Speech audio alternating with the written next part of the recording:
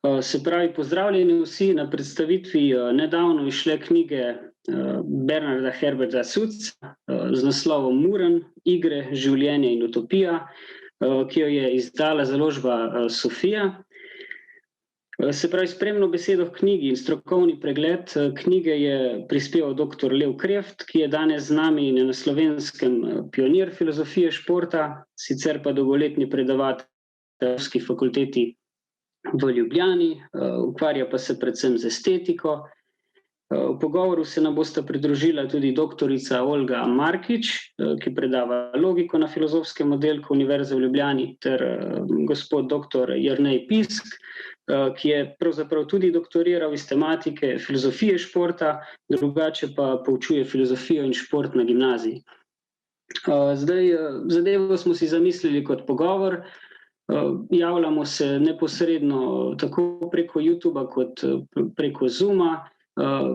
Bil sem pa obveščen, da preko YouTubea vsi poslušalci pač se ne boste morali neposredno javiti tam, no, tako da bi vas naprošam, da tisti, ki bi želeli, ki imate kakšno vprašanje, ki se vam kaj porodi, da se javite neposredno tule preko Zooma, morda lahko tudi v pogovor, mislim, da imate neko opcijo, kjer lahko zabeležite vprašanje. Bo pa prvi del, recimo 30-45 minut bomo skušali imeti neko okroglo mizo, malce debate, nato pa bom dal besedo, priložnost tudi poslušalcem, ne, da zastavite kakšno vprašanje gostom. Pa morda bi bilo najbolje sedaj, da uvodoma da izrečem nekaj besed o samem Bernardu Herbertu Suzzu, ki je zagotovo v Sloveniji neznanka. Se pravi, avtor se je rodil v Detroitu, ZDA, kjer se je šolal vse do podiplomskega študija, potem pa se leta 1964 prijavil v vojno mornarico in tam služil do 1946. Nato je šel v Chicago in na tamkajšnji univerzi magistriral, končal magistrski podiplomski študij, doktoriral je iz filozofije na Illinoiski univerzi s tezo The Aesthetic Object in Santayana and Dewey. Od leta 1959 do 1966 je poučeval na univerzi West Lafayette v Indijani, nato pa vse do upokojitve leta 1994 na Waterloojski univerzi v Ontariju v Kanadi. Zdaj, moja odločitev za prevod je nastala najbrž zaradi mojih nenavadnih ambicij. Sam sem namreč diplomant fakultete za šport, vendar me že precej dolgo zanimajo in preganjajo tudi filozofska vprašanja. Knjiga se pač jemlje za temelj v filozofiji športa, je pa obenem, ko jo bralec vzame v roke, še precej več kot to. Gre za resno filozofsko delo in eno izmed najbolj nenavadnih delov filozofiji nasploh. Zdaj, mojo pozornost sta pritegnila predvsem dva dejavnika tu, in sicer, da je misel gospoda Suzza sila originalna, ter da je slikovita, dialoška ter smešna vsebina, podprta z izjemno filozofsko pronicljivostjo in dobro analizo. Zdaj, upam, da nam uspe nekaj od tega predstaviti tudi v nocojšnjem pogovoru. Pa mogoče, da začnemo kar z vprašanji. Morda vodoma, pod katere filozofske takove bi umestili misel Bernarda Suzza in če lahko mora biti na kratko obrazložite označbe knjige kot filozofskega romana, pa morda kar besedo predajam gospodu Kreftu.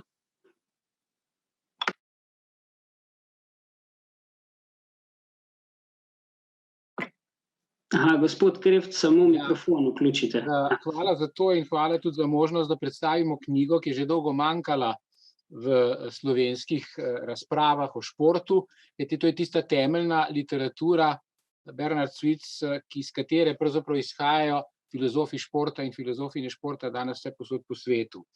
Če bi skušali Suzza umestiti, se nekako ne da, je nekako upornik, vendar je jasno, da je to upornik, ki izhaja iz anglosaškega filozofskega kroga, ima to izobrazbo, doktoriral je iz pragmatizma, vidi se pa tudi pri njegovem načinu razpravljanja in tudi sklicevanju na Wittgensteina, da mu je analitična filozofija seveda zelo blizu, tako da bi lahko rekel, da je igrivo duhovita smer anglosaške filozofije najbolje, kamor ga lahko uvrstimo.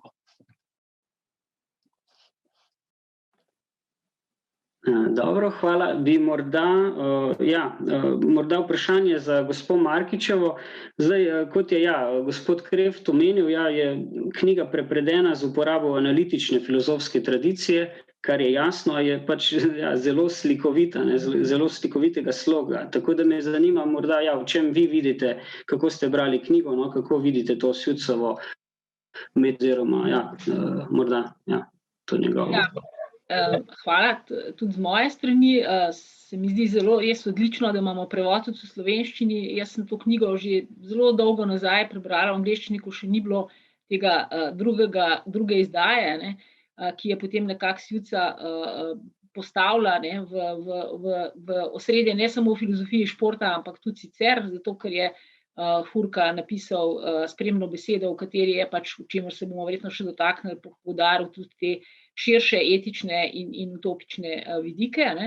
Zdaj, sama knjiga, sama zastavitev se mi zdi, da je izredno pač zanimiva ravno z tega vidika, kot je že prej omenil Leo, ker je napisana v bistvu v dialogih, velik del je dialoga, napisana je tako, da nekako presega tisto zgolj argumentacijo, ki pa je seveda tudi bistven del same knjige. Se pravi, da v bistvu nekako povzema neke temeljne metode analitične filozofije, ki so pač argumentacija, neka pojmovna analiza, hkrati pa to naredi na nek način, da je bolj zanimiv in berljiv. Mislim, da ni edini med analitičnimi filozofi ali med logiki, ki se poslužuje takih metod. Mislim, da je med njimi kar precej takih. Recimo meni je na pamet padel recimo Smaljan, ki ga poznamo pri nas kot logika, ki teh nalog za mladino in otroke, ki ima tudi take dialoške recimo obrate, recimo o spraševanju, recimo o epistemologiji ali kaj takega, recimo v zborniku Koduha. Tako da, zdi se mi, da je izredno zanimivo branje, ki pa zahteva nekaj pozornosti, se pravi, ker je argumentativno, zahteva nekaj pozornosti, tako da ga ne moramo prebrati kot roman zelo na hitro, ali pa tudi, če ga preberemo, se moramo mogoče nazaj vračati potem k nekaterim argumentacijam. Tako da iz tega vidika bi ga jaz zelo priporočala pač tistim, ki jih zanima filozofija, ker bodo v njem, ne glede na to, da je pač temeljno delo filozofije športa, bodo lahko tudi kaj drugega še odkrili v njem. Hvala lepa, Olga, za to. Morda gospod Pisk bi kaj dodali tule?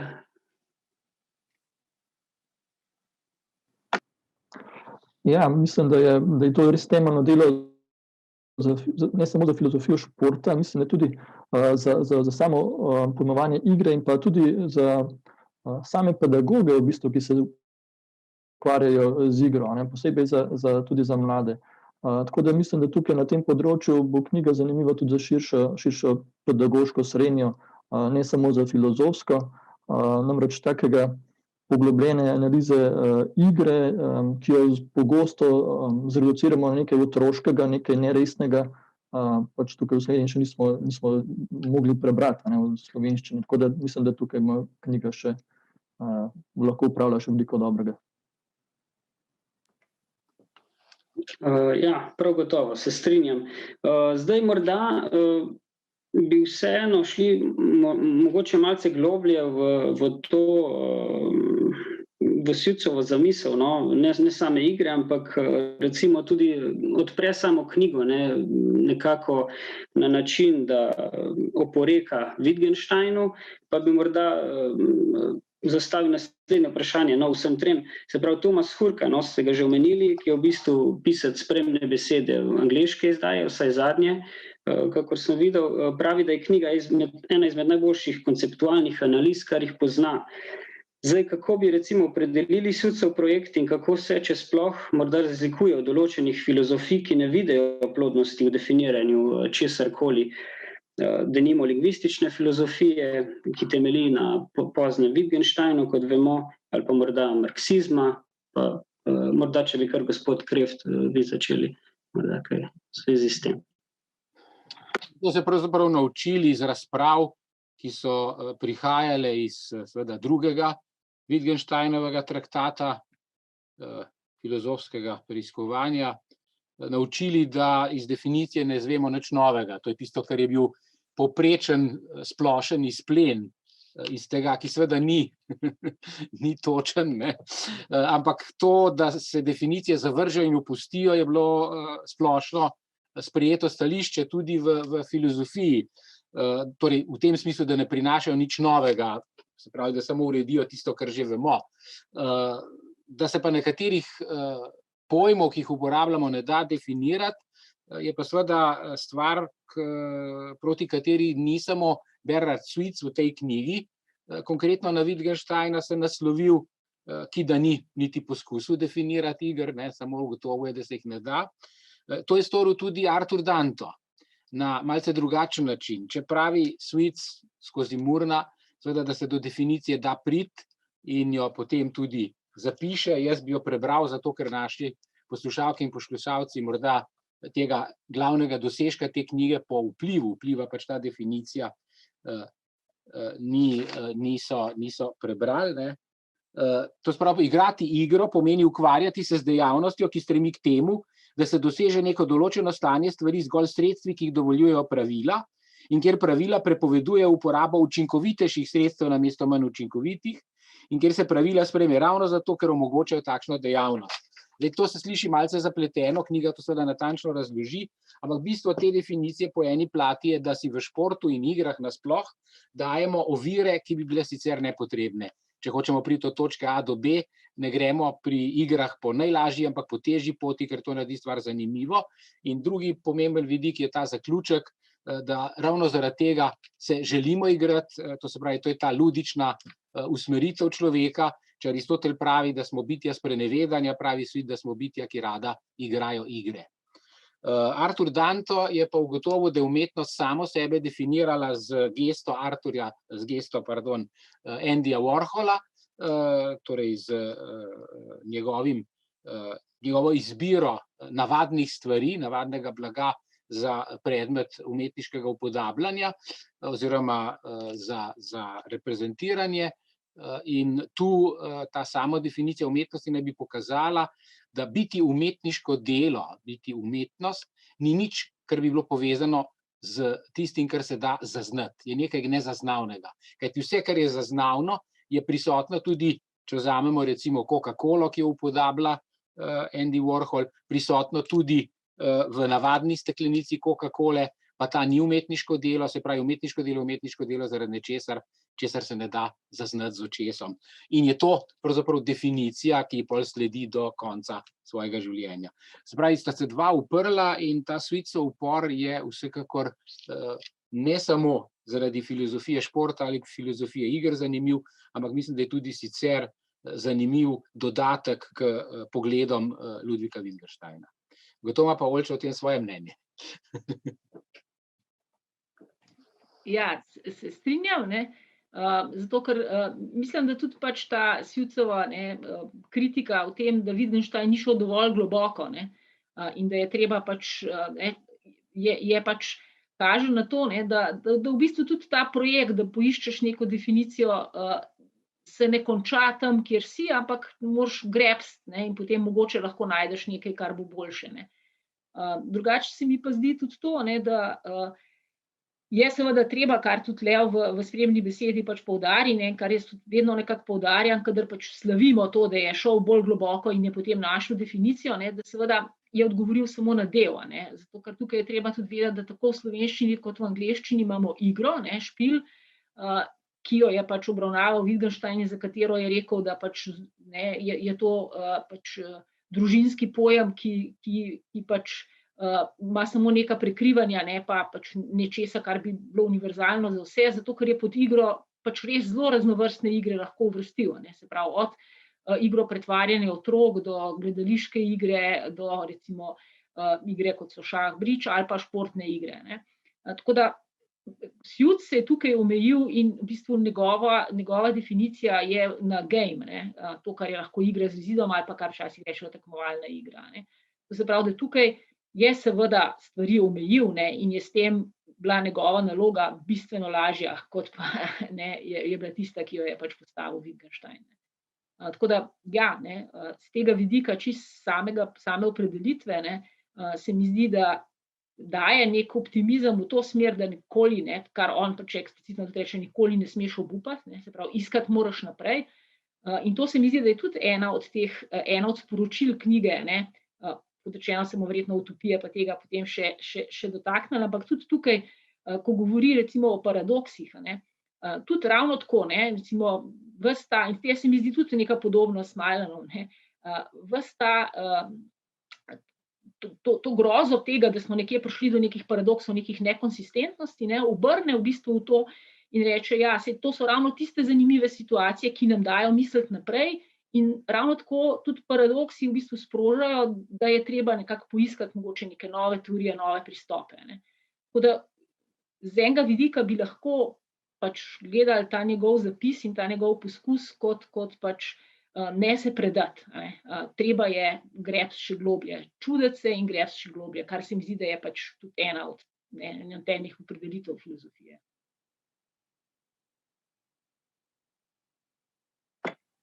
Hvala lepa, ja, obema, ja, zelo lepo, ja. Mislim, da tu je sedaj prišla že na dan, ne, se pravi ta temeljna teza knjige, ja, v bistvu tale definicija, ne, ki je gospod Kreft navedel. Ja, mislim, se zelo strinjam z gospo Markičevo, ja, to čudenje je Svitcu vodilo, da tako rečem. Morda bi zdaj ostal še nekaj trenutkov pri sami definiciji, se pravi, gospod Kreft, recimo v spremni besedi svarite, tu je bilo že nekaj govora o teh tekmovalnih in športnih igrah, ampak se mi zdi, da je to lepo, da ste tam zapisali, pred redukcijo Svitcove zamisli na šport in športne igre. Moram reči, da sem pred kratkim mimogrede zapazil, da je bil Svitc morda celo malce razočaran, da filozofska javnost kljub vsemu ni pretirano cenila tega dela oziroma ga je spregledala, morda zaradi sloga, medtem ko je pač v tako imenovanem športoslovju, ali kakorkoli lahko temu rečem, postal pravcata avtoriteta. Morda kaj več o tem. Pa morda Olga je že malce tudi omenila, no, na te težave glede terminologije, glede prevajanja, pa da bi se tu navezali tudi morda na to definicijo, ki je zagotovo pri Svitcu, kot ste ugotovili,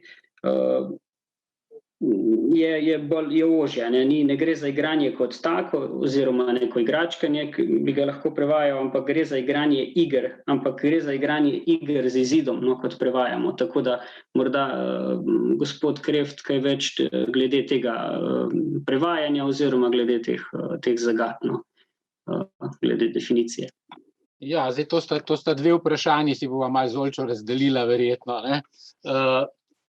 Kar se tiče filozofije športa in redukcije na šport, zoženja te knjige na razumevanje, kot da govori samo o športnih igrah, najprej treba seveda vedeti, da filozofija športa relativno pozno nastala kot ta neka poddisciplina in je bila seveda zelo žejna na začetku definicij, ne glede na Wittgensteina, ne. Htela je določiti svoj predmet, htela je svoj predmet celo povzdigniti na nek način, da bi je vreden filozofske obravnave, ker takrat, 70. leta, recimo, ko se je začela razvijati ravno iz anglosaškega sveta, je bilo zelo malo filozofov in filozofinj na svetu, ki bi rekli, da je šport vreden sploh filozofske pozornosti. In to je potem tudi to prisvojitev Svitca, po mojem, še dodatno spodbudilo. To je ena plat, druga plat je pa seveda jasno ta, da ta redukcija ni dobra za branje samega Bernarda Svitca, njegove knjige, kajti to, kar njegova knjiga ponuja, je vprašanje, kako je pravzaprav treba živeti, kaj je dobro življenje. On si postavlja čisto, bi rekel, helenistično vprašanje helenistične filozofije in dobro življenje ni del življenja z delom, ki ga propagirajo mravlje, ampak je življenje z igrami, za katere stoji svojim življenjem, da življenje in smrt je pripravljen odgovarjati za to trditev s tem načinom življenja, da so igre pravilni način življenja, muren. In tu mislim, da je ta pomen, zaradi katerega pa po mojem ravno Svitc ni tako zelo postal popularen. Biti na poziciji, da je dobro življenje življenje igranja, ne, sicer iger z izidom, ne, ki so napete tudi zato, ker imajo izid, predvsem pa zato, ker uporabljajo ogromno ovir, ki jih v siceršnjem utilitarističnem, recimo utilitarno usmerjenem življenju ne bi želeli imeti na poti, so zaradi tega zanimive. To stališče, ne, je natančno kritika protestantske etike. V čisto Weberovskem smislu in tudi kritika skupaj s vsemi paradoksi že omenjenimi tega pojmovanja, da je treba vse stvari racionalizirati. On ni, kakor smo rekli, da sicer izhaja iz analitične filozofije, človek, ki bi stavil vse na racionaliziranje vsega. Igre niso racionalne, delo je racionalno, ampak to racionalnost, pravi Muren, bojo nekoč prevzeli stroji in ne bomo imeli več tega dela na glavi, zato bomo morali začeti najti neko drugo opravilo in to so edino tako, ki nam omogoča, da živimo, so igre. V tem je tudi njegova utopija. Bodočnost človeštva je igranje.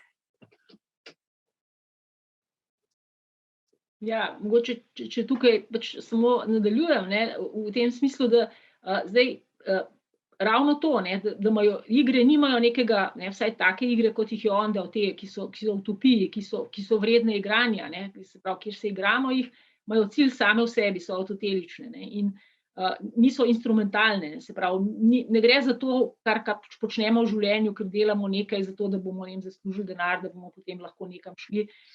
Tukaj gre za užitek igrati igro. In tukaj spet se mi zdi, da pač da je to povezano s športom, lahko bi bilo tudi z umetnostjo, največkrat se v bistvu ta avtoteličnost da skupaj z umetnostjo, ampak tukaj je zanimivo, da je tukaj to šport.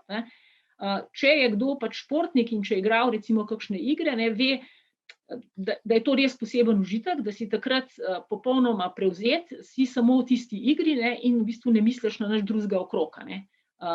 Zato zdaj recimo se mi zdi spet neka perverzija tega, da živimo v tej družbi, ki pa je instrumentalna, da se potem to zdaj servira kot igrajte se te igre, zato ker boste to, da boste lahko popolnoma prevzeti od same igre, vam bo pomagalo, da se boste osvobodili nekaj česa drugega. To se pravi, spet išče v tem neko instrumentalnost, hkrati pa pač Suits pa ravno to zakoliči, kot to, zaradi česar se je vredno igrati.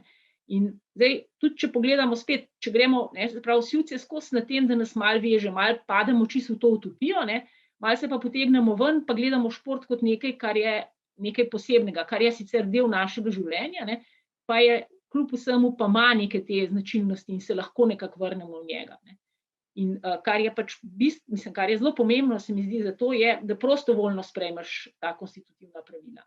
To se pravi, ti si se odločil in zdaj si tam in to je to.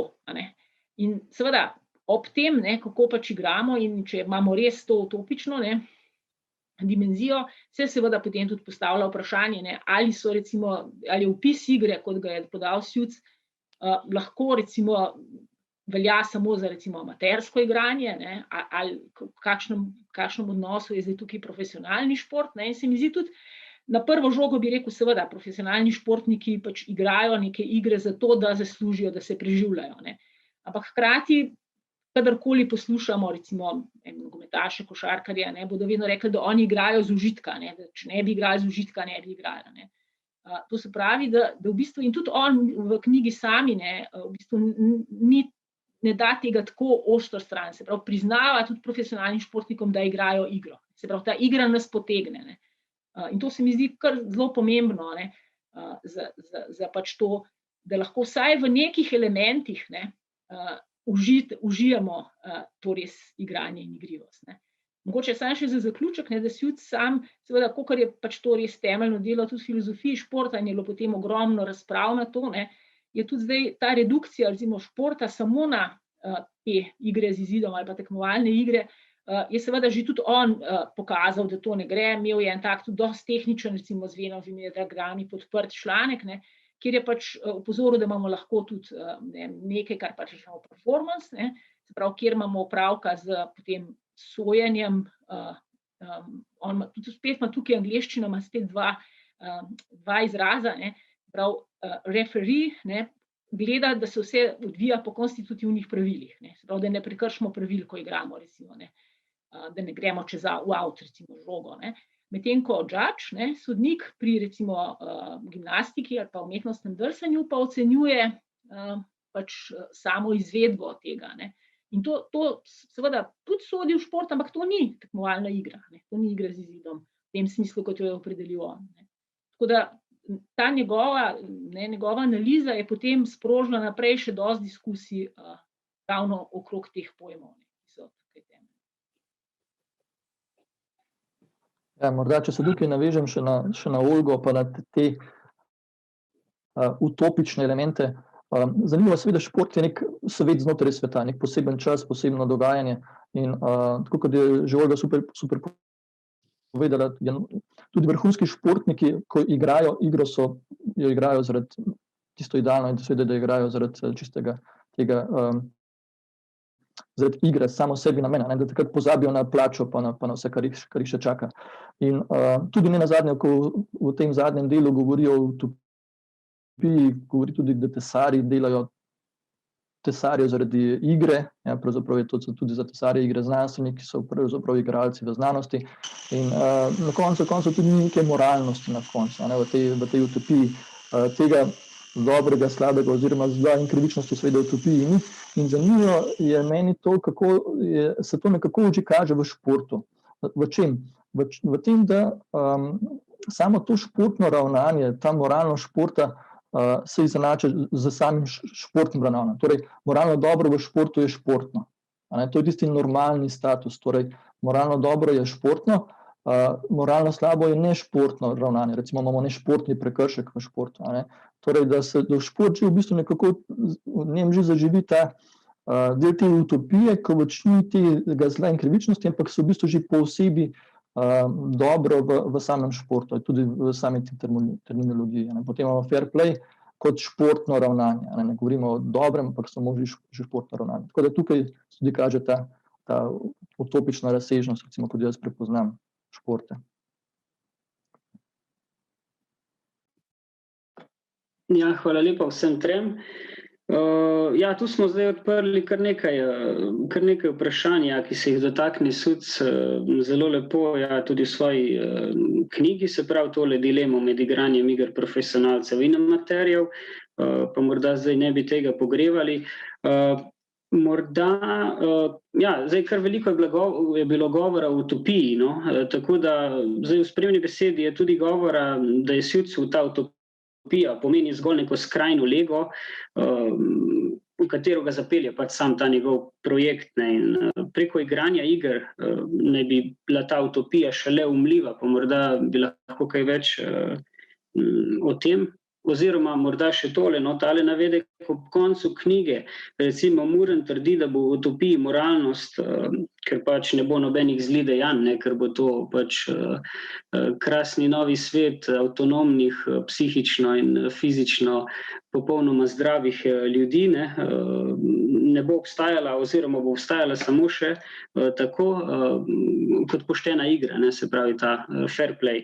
Morda kaj o tem, oziroma o tem zaključnih pasažah knjige, pa lahko morda tudi gospod Krevcev, opet začnete. Zdaj, ta usmeritev, recimo, filozofska usmeritev knjige je dejansko neke vrste povezava redukcija ad absurdum, kot je videti na začetku te redukcije, pravzaprav, ki obrne Ezopov basen na glavo in jo reducira do absurda, nasprotnega, do tega, da je bolje izbrati smrt, kot pa živeti kot mravlje, čisto konkretno. Ampak iz tega se rodi horizont utopije. Iz te redukcije se rodi en horizont nečesa, kar je nujno potrebno. Videli smo v knjigi, da seveda večina prebivalcev tega območja, na katerem Muren govori, tudi ti, ki so njegovi pristaši, tako kot so se zbrali pristaši okrog Sokrata na njegovi smrtni postelji, ne zmorejo filozofskega, doslednega življenja, ki bi bilo pravzaprav življenje za smrt, ampak kombinirajo, malo delajo, malo se igrajo. In to je tisto vmesno, kar Suc preskoči v svoji knjigi. On postavi nas pred skrajne odločitve, ne pomeni, da jih na ta način zahteva, postavi nas, da mislimo dejansko z obeh skrajnih točk. To, po mojem, je ena kvaliteta knjige, ki daje mnogo večjo globino, kot jo dobimo s prvim branjem, ko nas malo zabava, ko nas tudi fascinira sposobnostjo recimo dialoga, argumentacije in tako dalje, ki je ravno recimo tisto, česar se naučiš v anglosaški šoli filozofije, tega filozofsko-retoričnega motorja, ki poganja razmišljanje. Po drugi plati nas pa seveda ves čas prepričuje, da tej modernosti, v kateri živimo, ki je danes že pozna modernost, zelo pozna modernost, da ji nekaj manjka. Tukaj se spominjam tudi na to, kar je pisala pravkar preminula kolegica Cvetka Tot, ko ugotavlja iz dialoga o utopiji, ki sta ga imela Adorno in Bloch, da ob vsem, kar je tu relativno žalobnega glede utopije bilo povedanega po drugi svetovni vojni, o možnosti utopije, o tem, kako izgublja tla dejansko in tako naprej, na koncu vendarle ostane to, kar je vsem jasno, da temu svetu nekaj manjka. In tu to, kar manjka, je to seveda, da ta svet potrebuje ravno refleksijo, refleksijski vdor nečesa o tem, kar mu manjka. In se mi zdi, da Suic, ne glede na to, da teh pogankov utopičnih ni poznal, ne mislim samo Cvetkinega, ampak tudi Adorna in Blocha, da gre ravno v tej smeri, da je igra s to igrivostjo, da je ta ludičnost tista, kar temu svetu neprestane racionalizacije, omogočanja, da se pravzaprav vsi procesi prenašajo z človeka na nehumane akterje, ki jim eventualno človek samo še streže, ali pa še to ne, da je to tisto, kar odpira prostor utopije v tem smislu, da igrivost ostaja pa naš način življenja. Da je to pač ta naša utopija, da je to tisto, kar temu svetu racionalizacije, instrumentalizacije, kot je Olča lepo rekla, manjka. In ta manjko, to, kar temu svetu manjka, je ravno tisto, kar je vedno izvor utopične perspektive. V športno-filozofski recepciji Suica ravno ta vidik najbolj manjka. Najbolj je prisoten ta vidik debate, koliko je ta definicija točna, primeri. Skratka, filozofija športa bodisi sprejema Suica, bodisi se ga loteva tako kot skeptik v knjigi, ki skuša nažreti malo njegove določbe, definicije in tako dalje. Ampak bistveno je, po mojem, ravno ta utopična dimenzija, da temu svetu nekaj manjka.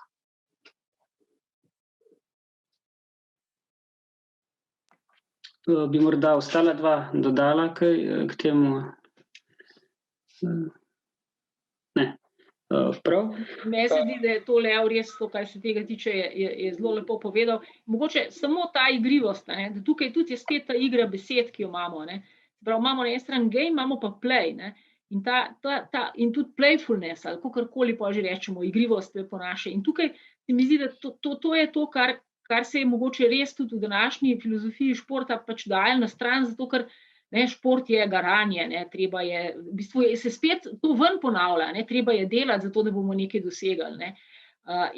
In tukaj se mi zdi, da je pač ta aspekt, kot je Leo, se zelo strinjam, povedal, je spregledan, pa se mogoče zdaj v sodobnosti pa spet vrača nazaj. V bistvu zdaj pa mogoče smo pa zdaj na tem prelomni točki že ne samo danes, ampak nekaj časa že nazaj, ko se pa ravno ta igrivost spet poudarja. Mogoče ne toliko v športu, ampak bolj pač kot to, kar nam manjka, kot pač vsem pač članom te družbe. Ker je enostavno ta pritisk tega, da moramo nekaj doseči. To se mi zdi tudi ena taka škoda, da se to v bistvu spregleduje, tudi ko se pogovarjamo o rekreativnem športu. Vedno bolj pač tudi v ta segment prihaja to, da moramo nekaj doseči, da moramo zelo garati za to, da smo dosegli, kar seveda pač ni samo po sebi narobe, ampak ta igrivost, ki se nekako zgublja. Ostaja mogoče, tukaj se mi zdi, da je ta naša generacija, ki je šla pač na igrišče zunanje in igrala, jaz pač igrala košarko, en igrala nogomet in karkoli, kjer je šlo pač tudi za neke vrste res igrivost in zabavo, kjer si užival, da si naredil neko lepo potezo. Ne samo, seveda si hotel tudi zmagati, ampak ja, na kakšen način si to naredil, je bilo zelo pomembno. In to je bila pa ta igrivost. In ta igrivost je povezana s tekmovalnostjo, ker tu tekmovalnost v nekaterih zdajšnjih pojmovanjih športa ne gre več sploh za tekmovalno, gre za rekordnost. Ne. Še ni 20 let nazaj, kar je Zygmunt Lonald, filozof športa, lahko pisal, da obstajajo športi rekordov, ne, recimo atletika in tako naprej, kjer so rekordi pomembni, lahko tudi smučarski poleti recimo in tako naprej. Na drugi strani so pa športi, ki so vendarle samo pomembni zaradi izida. Torej zlasti ekipni športi, nogomet, košarka, odbojka in tako naprej. Danes, če spremljamo, bomo videli seveda, da tudi pri vseh teh športih, ki ne bi bili športi rekordov, so v ospredju samo rekordi. Povprečje doseženih točk na 50 tekem, kdo je dosegel 250 tekmo pred nekom drugim in tako dalje in tako dalje. In ta rekordnost seveda popolnoma pravzaprav izraža ta sodobni odnos do tega profesionalnega vrhunskega športa, kjer seveda igrivost, čeprav jo športniki in športnice seveda ves čas poudarjajo kot svoj motiv, hkrati ta igrivost pa vendarle v samem športu pravzaprav izginja. Če ni rekorda, stvar sploh ni več zanimiva. Ja, in mogoče na to, samo še ena navezava, ne, na to v bistvu vedno večje statistično merjenje vsega, ne, se pravi tudi, ne, pač ni zdaj važno, kako si res, čeprav se potem gleda, kar se gleda, ne, se potem gleda neke zelo dobre poteze, ne, ali dribling, ali neko polaganje, ali ne, neka lepa poteza, ki je pa kvalitativna. Ne, in v bistvu smo v tej težavi, da igrivost je nekaj, kar je kvalitativnega, ne, kar ne moreš meriti. Danes naša družba je pa pač nora, ne, na to, da je treba vse stvari izmeriti, da bomo lahko res pregledali, kdo je boljši. Ne. In v bistvu na ta način tudi imamo zdaj ogromno že nekih pač programov, ne, ki bi svetovali, kako recimo kakšnega igralca pripeljati za to, da bo to bolj doseženo. Zgublja se pa ta kvaliteta, ne, zaradi katere verjetno otroci začnejo sploh se ukvarjati s temi igrami. Ja, in tukaj je ravno ta kvalitativnost nasproti neke kvantitativnosti in merljivosti. Mislim, da se danes v športu zelo lepo kaže, namreč ravno te kvantitativni športi, recimo temu rekordni športi, kot je Leo omenil, so nek način pred velikimi izzivi danes, kajti temeljijo, kot je Roland recimo lepo povedal, ne, na neki nemogoči zahtevi po neomejenem napredku znotraj omejenega sistema, biološkega sistema človeškega telesa. In tukaj je potem težava, seveda, kako zdaj nove rekorde recimo v atletiki dosegati, ne, ki so stari tako dobri, tudi včasih doseženi pod nekimi sumljivimi pogoji, dopingom in podobno.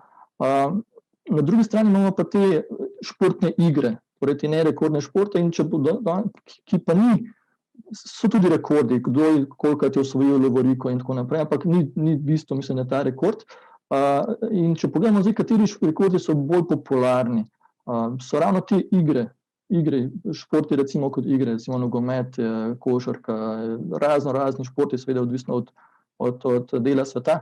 Ti so popularni. Tukaj je največ, ne nazadnje tudi denarja, tukaj največ gledalcev in mislim, da tukaj tudi prihodnost športa, ne nazadnje, ker atletika oziroma ti rekordni športi omejeni se mi zdi, da so pred težavami. Ja, hvala lepa vsem. Ja, ravno pred kratkim sem gledal, jaz sem sam bil recimo nadobuden košarkar in cele dneve na igrišču in sem gledal, kdo je pač, vem, da je ta izumitelj košarke, James Naismith, ne, in ne bodi ga treba, on se je rodil v Ontariju v Kanadi, ne, kjer je Suc zaključil svojo kariero in ja, preprosto Suc nekje na koncu, ne, oziroma Mure, ne, pravzaprav, ne, trdi, da bo bodočnost predvsem v tem, da si bo treba izumljati čim bolj zanimive, ne, in igrabilne igre, da tako rečem, ne. In ja, Jamesu Naismithu, ne vem, če bi bil danes še živ, no, mu je uspel neverjeten podvig, ne, kam se je to vse razširilo. Zdaj mogoče ena replika tudi prej na Suc, mogoče s to formalističnim pojmovanjem, ne, te ludične drže oziroma same definicije cele, ker tu gre za celo sprego teh elementov, ne. Mislim, da tu Hurka nekje zelo lepo omeni, elementi igre po Sucu so cilj, ne sredstva, kako doseči cilj, pravila pa ludična drža, ampak gre za to vseh teh elementov. In recimo, kljub temu, da mogoče profesionalec, ne, se morda ne igra tako za zabavo, ne, nima neke neke igrivosti. Suits, upravičujem, vseeno trdi, da mora imeti to ludično držo, ne, da vstopi v igro, se pravi, mora sprejeti ta pravila igre, mora odbijati žogo z roko, ne pa, ne vem, jo ne z neko, oziroma neko vodljivo žogo izumeti, se pravi tehnično, ne, in jo vršiti v koš na tak način, ne, preko nekega, ja, ne vem, neke naprave, no. Tako da kljub vsemu, ne, tudi profesionalci pravi, Suits v bistvu igrajo igre ravno tako, ne, ampak jih igrajo na ta način, oziroma izkoriščajo igre na ta način, da jih igrajo, ne. In hočejo biti čim boljši, ne, tako da tudi Michael Jordan je konec koncev, no, on je mogoče slab primer, ker se konec koncev se zdi bil zelo igriv človek, ampak recimo kdo drug, ki mogoče bolj trpi v tej igri, kljub vsemu mora imeti to ludično držo. Pa morda kaj več, no, morda, če želite, bi se lahko dotaknili še te formalnosti. Pred kratkim ste, gospa Markičeva, govorili o teh strateških prekrških, no, pa morda se je razvila kar zanimiva debata glede tega, bi morda načeli tudi to, tudi tu morda kaj o tem, ali se mi zdi... Lahko, pač, to je seveda, to je diskusija, ne, ki jo tisti, ki poznajo predvsem v teh igrah žogo, ne, se je pač včasih celo malo že izrodilo, ne, se pravi strateški prekrški, ki pač so, kjer pač sprejmeš to, da boš naredil prekršek zato, da boš dobil neko prednost potem v sami igri, ne. Zdaj pač diskusija, ki se navezuje na Suitsa, je zanimiva pač tudi v tem, ne, ali so taki strateški prekrški, koliko jih lahko sprejmemo, če sprejmemo konstitutivna pravila, ne.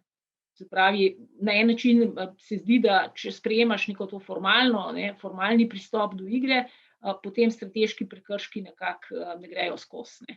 Zdaj, kar je zanimivo, je to, da je Suits sam, ne, je dejansko to nekako rekel, da je pač to možno, ne.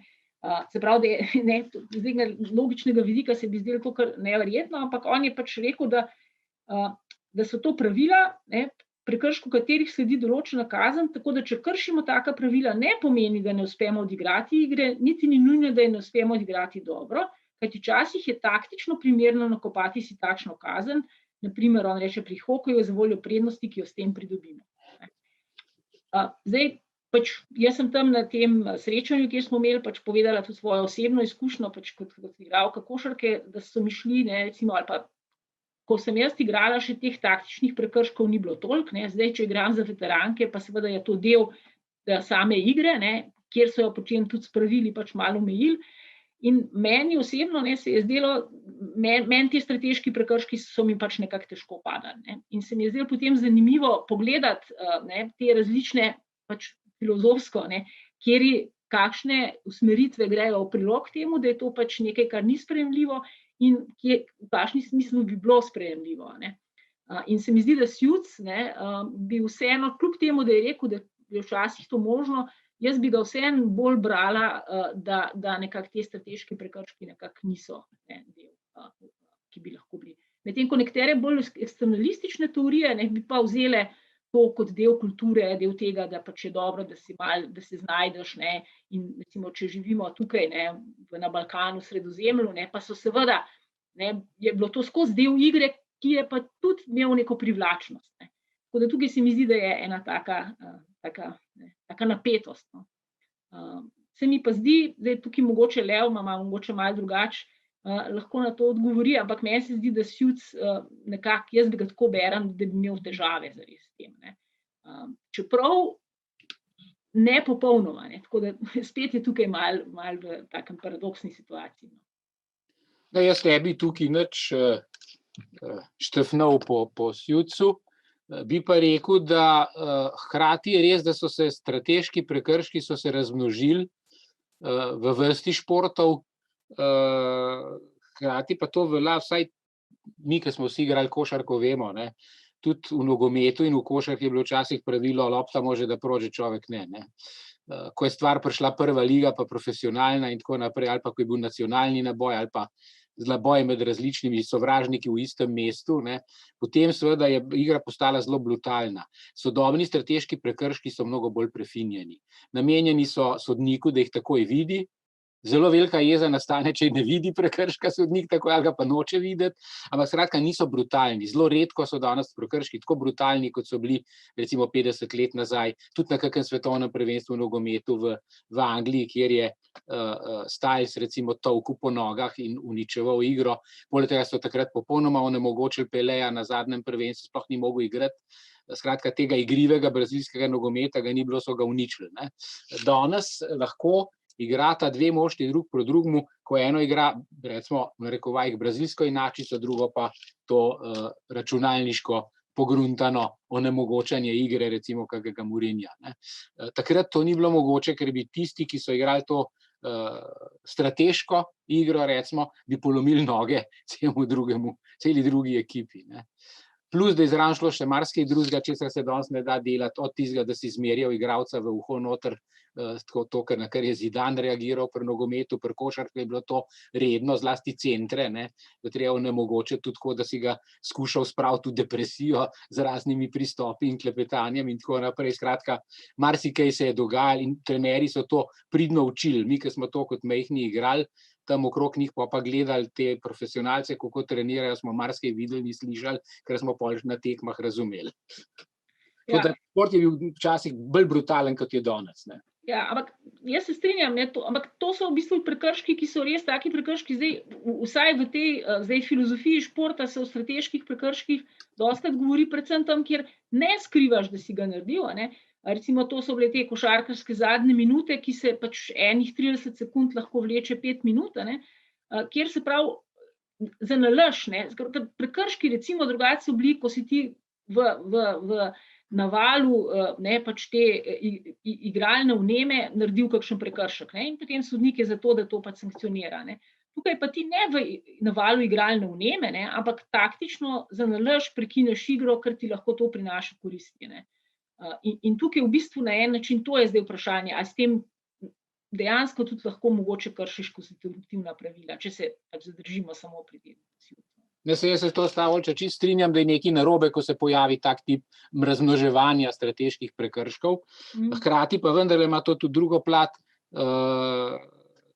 Napad na strateške prekrške, take, kot si ga omenila, izhaja iz tega, da televizija ne prenese podaljševanje programa, ne, in se skuša pravila spremeniti tako, da se tekma v predvidljivem času konča, kar je pri košarki malo neprijetno, težko je to narediti. Ne. Pri nogometu pač dobro, imajo možnost sodniki podaljšati igro zaradi prekinitev vmes in tako naprej, ampak približno se ve, za koliko lahko podaljšajo. Ne. Tukaj pa res se lahko podaljšuje v nedogled, vsaka sekunda traja in tako naprej, in zato seveda je tukaj ta kritika. Se pravi, jaz se strinjam s tvojo kritiko strateških prekrškov, ampak to, kar se v praksi dogaja, je kritika stališča spektakla, ne pa stališča etike. Ja, tukaj bi morda lahko dodali to, da sodnik tudi loči med konstitutivnimi prekrški oziroma pravili veščine. In zdaj morda tudi te strateški prekrški bi lahko jih morda na nek način uvrstili oziroma te poteze strateške, saj potem, ki pripelje lahko do prekrška ali pa tudi ne. Med ta pravila veščine, torej tisti, ki je bolj vešč športnik, igralec, bo to znal izkoristiti, tisti, ki ne, pa ne bo.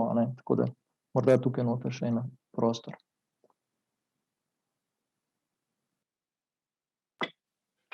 Dobro, ja, zagotovo bi imeli še cel kup iztočnic, glede same vsebine knjige, pa bi zdaj morda, ker smo že na enih 50 minutah, bi vseeno povabil morda poslušalce, če ima kdo kakšno vprašanje za naše goste, pa da kar morda dvignete te virtualne roke, če jih bom jaz uspel tudi videti.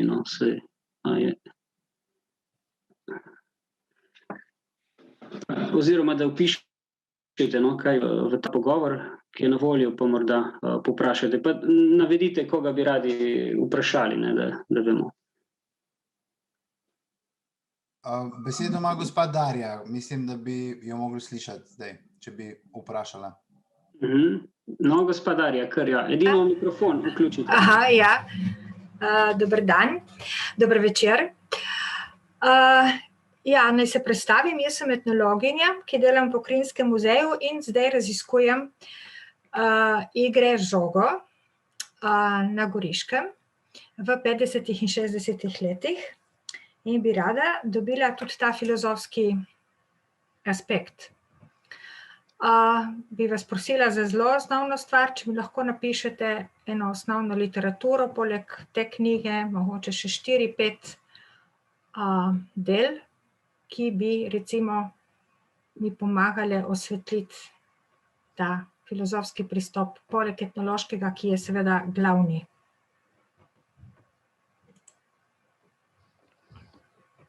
Ja, če to potrebujete, seveda ni problem, povežite se z mano po e-mailu, pa bom jaz pogledal, katero literaturo potrebujete. V vsakem primeru mi morate pa seveda v tem mailu povedati, recimo ta obseg teh iger z žogo v 50. letih na Goriškem, če sem prav razumel, ne? Ja.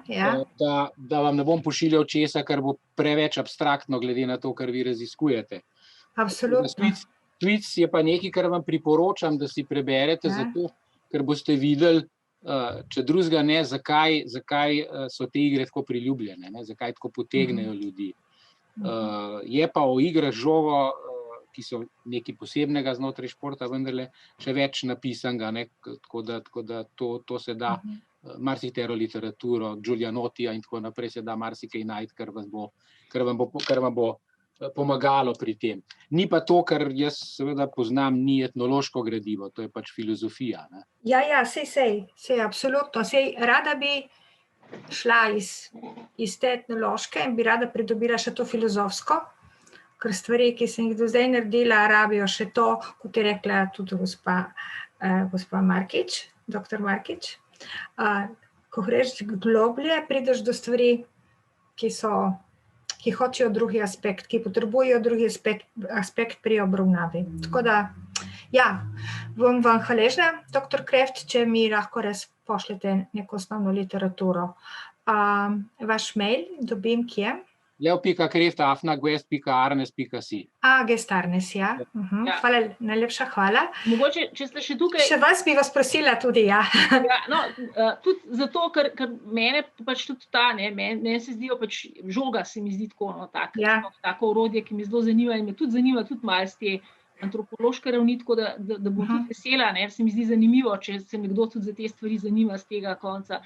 Tako da, ja, se lahko še tudi midve piševa in bom vesela, če iz tega lahko tudi kaj naprej skupaj še naredimo. Tako da, kar se mojega naslova tiče, je pa ravno tako lahko Olga.Markič, Guest.arnes. Super.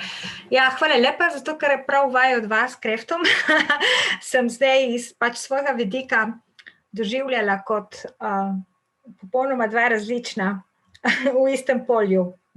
Vas sem prav videla, da ste bila športnica. Dobro, hvala lepa, Darja. Imate še kakšno vprašanje, ali je to? Ne? Imamo še koga, nemara od gostov?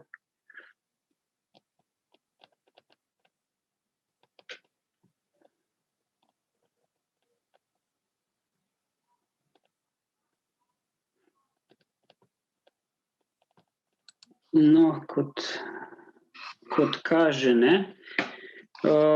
Tako da, ja, zdaj, če se strinjate, morda, knjiga se loteva prenekaterih še zamisli, ne, tudi iger sprenevedanja, ki smo jih morda malce omenili, ampak ne vem, no, da ne bomo predolgi, bi morda zdaj tu zaključil.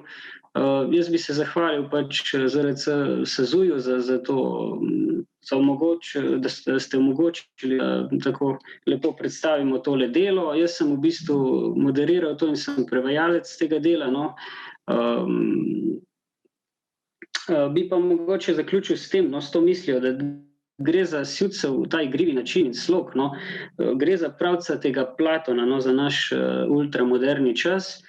In morda, če je Spinoza sanja subspecia eternitatis, pa Sjuc sanja subspecia ljudi, kot pravi v nekem članku, ne. Tako da predlagam pač vsem, da uberemo korak skupaj z njim in pač storimo enako, no. Pa morda zaključimo na tej ravni. Pa se zahvaljujem seveda tudi vsem gostom, no, da ste se odzvali vabilu. In seveda tudi založbi Sofija, no, da je velikodušno sprejela to moje morda nekoliko vseeno nespretno prevajanje. No, in konec koncev tudi tu bi rad povedal to, no, da gre za nek skupni projekt. No, in tako da humanistika oziroma ta širši aspekt humanistike pride na veljavo tudi tu. No. Da imamo strokovnjake, ki se ukvarjajo morda tudi s takimi obrobnostmi, tako da tu gre tudi zahvala gospodu Kreftu za redakcijo, ne, in za izboljšavo, no, samega besedila, ki zagotovo ne bi bilo tako dobro, no, brez teh posegov. Tako da hvala lepa vsem udeleženim, no, tudi v pogovor in tako. Pa, lep večer. Hvala tudi vsem, ki so spremljali. Prevod ni slab, jaz sem ga redakcijo delal, zato ker bi pač to tudi zanimalo. Je pa lep izziv za vse, ki bodo vzeli knjigo v roke, zlasti pa tiste, ki kaj spremljajo biljard, da se ukvarjajo s vprašanjem, kaj je to vzvratni anglež. Če je to pravilen prevod. Hvala lepa tudi za povabilo in upam, da bo knjiga dosegla tudi širše bralstvo. Ja, je izredno zanimivo branje, namenjeno marsikomu, tako da izziv tudi kot nek vstop v filozofijo za športnike, za filozofe, mislim, da bo kar primerno, z lepo analizo pojmov in zgodbo, tako da tudi za športnike mislim, da bo to kar primerna knjiga. Dobro, pa zaključimo tole. Prav. Lep večer. Enako. Hvala. Ja, naslednje.